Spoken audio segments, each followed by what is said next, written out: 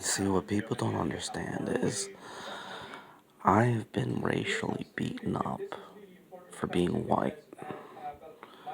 I have been racially beaten up for pointing out ignorance, hypocrisy, irony, and egocentrism of exceptional cruelty and racial implications.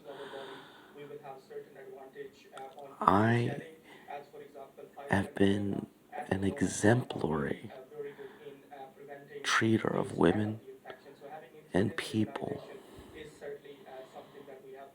when not treated like a sexual deviant, when not treated like a racist, when not treated like a hobo. But all three of these things are why I'm being tortured, why I'm being killed, why I'm being kept below everybody else. And I've proven without a shadow of a doubt Black Lives Matters is a combating of white supremacy. And now it's Asian Lives Matters because of Kamala Harris. And it's mind-boggling to me. Um, how genocidal I am recognizing they're making people. You know, the white supremacists I've always stood against because of the Nazis and the KKK doing exceptionally violent, sick, and cruel things to implicate egocentrically racial purification. But when you see how Latinos, Asians, and blacks treat people like me who were grown up totally unracist, other than to be almost overly sympathetic against any white oriented racism coming their way, you realize the program inside the Asians, Latinos, and blacks, and really anyone they can infect, but those are the three major bodies. Um,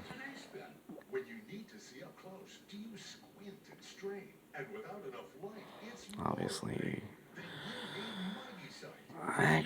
I mean, unless you take, I'm talking about these populations in America. The Arabs actually are not very racist towards white people when you think about it. It's commonly actually more the Latinos, the blacks, and the Asians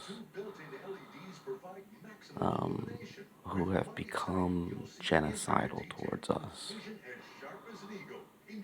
Um, the Arabs, I actually have never heard become prejudicial towards whites or Christians significantly, actually. Um, Even though they are really the only ones that have the justification for it. I mean, the Holocaust, most recently through the War on Terror, was toward them. So they have the right to behave, talk like, and be frustrated with things similar to Jewish and black culture in the times the Holocaust, segregation, and slavery existed. But they're actually not talking like that. They're actually still more uh, influenced by the authoritarian manipulations and dictators, um, and compelled by the democratic liberty initiatives in the Middle East. even though we've gotten there through a lot of towelhead rhetoric. Um, but Asians talk about white people politics. Latinos talk about genociding whites. Blacks play the victim, even though they're clearly the ones beating up white people, calling people racist when they're clearly being racist and over ethnocentric. Frankly, quite stupid most of the time. And the smarter ones who aren't acting like that are backing up the dumber ones who are acting like that, so you know it's in their subconscious too. They're just smart enough to play it off. And it makes me be like, guys, I give up on you Latinos, you Asians, and you blacks when you are stuck picking between Black Lives Matters and white supremacies.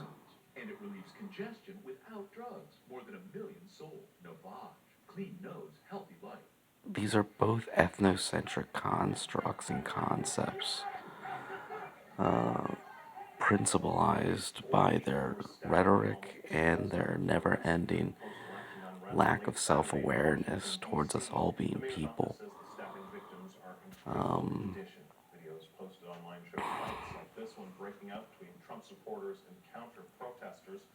I'm not putting up with it anymore. I'm not. I'm not putting up with retarded Americans selling and packaging defamation so they can project subconscious temptations onto me because they somehow erode their uh, evil thoughts. I'm not dealing with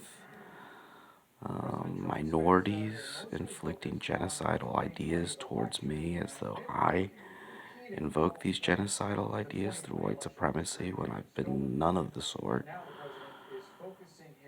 And I'm not dealing with any more obsessive religious ideological principle which implicates me as not worthy because I'm homeless, or economic stature under which forces me to look stupid for not taking care of myself when it's clear your institutions are enslaving me from a capital standpoint.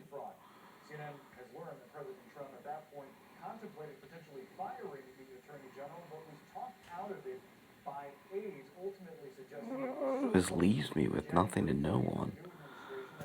But this proves I see your genocide arising. I see you giving reason to start a race war. I see you promoting consumerism to enthuse labor slavery. And I see you compelling people to theocentrically adapt your culture in states of desperation. It's sick, it's bizarre, and it's abnormal. So I'm just going to stand by and enjoy watching tons of examples of minorities and white supremacists fall into a violent anarchy in America. I'm going to crack up when Africa overpopulates itself and becomes instinctually mastered by the Chinese Communist Party. And I'm going to relish in Europe's eventual sort of ownership of everything through the UN. when it's clear and obvious. They've mastered what they have to do. They have the best benefits. They have everything set into place. So once this thing between us and China ends, they'll be sitting right there with no woes, no quos, just chilling out like they are right now in the perfect setting. And that works for me because I'm not staying in Hawaii. I'm, I have to move to Holland where I can be in an Amsterdam setting, use drugs, have fun, go to raves, and live off variable, simple things. I mean, I've been in need to get to Amsterdam for a very long period in my life. I just never thought it would be forced. But, yeah, the world's gonna unfold. I'm not playing Risk. In reality, I don't think anyone's gonna really take my ideas seriously. And both of you are gonna keep making the world burn as eventually Europe comes out on top and Amsterdam's gonna stay a brilliant tourist location where you're allowed to use drugs and there's a cafe pot culture which ingratiates a heavenly like sense of disciplined use. Um, it just makes sense. All I have to do is find a Amsterdam chick who wants dual citizenship in America for variable causes, but wants to live in Holland, or I mean in Amsterdam.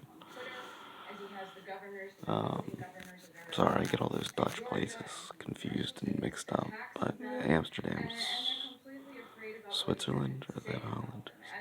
Anyways, um, I always said I wanted to move to an Amish country that allowed me to smoke pot, and Amsterdam was that what I was trying to point out. Um, I would have sought out a responsible, normal life, but now my life's goal is to get to Amsterdam and never get married. Just stay still with a good girlfriend who I'm willing to die with. If she's willing to stay faithful to me. Marriage is only necessary when you're trying to start a family, but to stay married is to stay faithful. So it only makes sense to not look for a wife, but to look for a girlfriend who's faithful, who I'm faithful to. And no ring will bind us, just the faithful trust and everyday honesty will put us in a position where we get to rave, crave, and do whatever we want.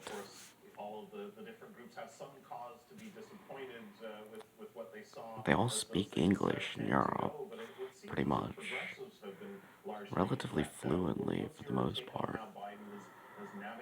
Um, so, you know,